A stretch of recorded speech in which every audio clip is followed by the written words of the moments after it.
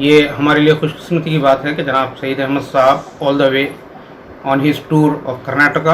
He has given us almost 1.5 day, and yesterday's sessions were very informative and effective.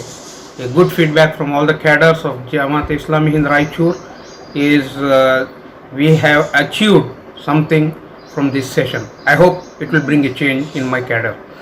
And Alhamdulillah, in the afternoon as well, we had a session in Little Angel School with three schools teachers and their staff.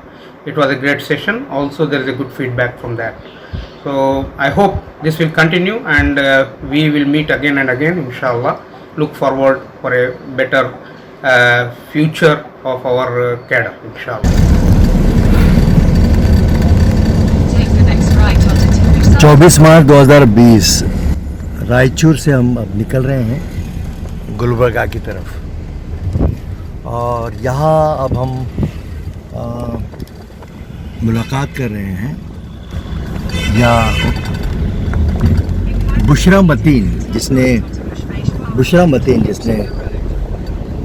16 gold medal हासिल किए हैं।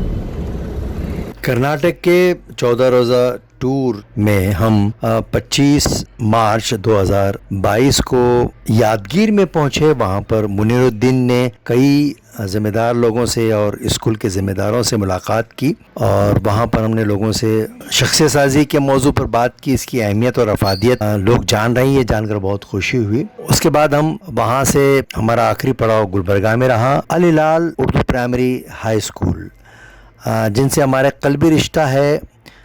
तकरीबन 2008 से मुसलसिल वहाँ पर मेरे workshop होते रहे हैं।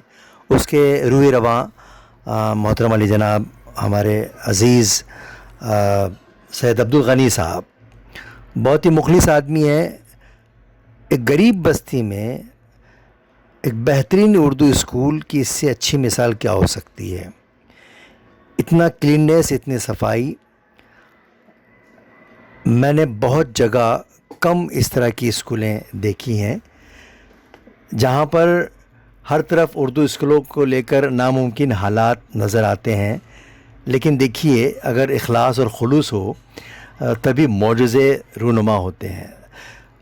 गरीब बस्ती में इतनी खूबसूरत स्कूल का क़याम और उसको कामयाबी के साथ चलाना, और बहुत ही अच्छा स्टाफ, ये एक मिसाल है। मैं तो पूरे हिंदुस्तान में घूमता हूँ, जगह जगह घूमता हूँ, लेकिन यकीन जानिए कभी एक विज़िट आप ज़रूर कीजिए अल हिलाल उर्दू प्राइमरी हाई स्कूल। ये किसी भी अंग्रेज़ी स्कूल से कम नज़र नहीं आता।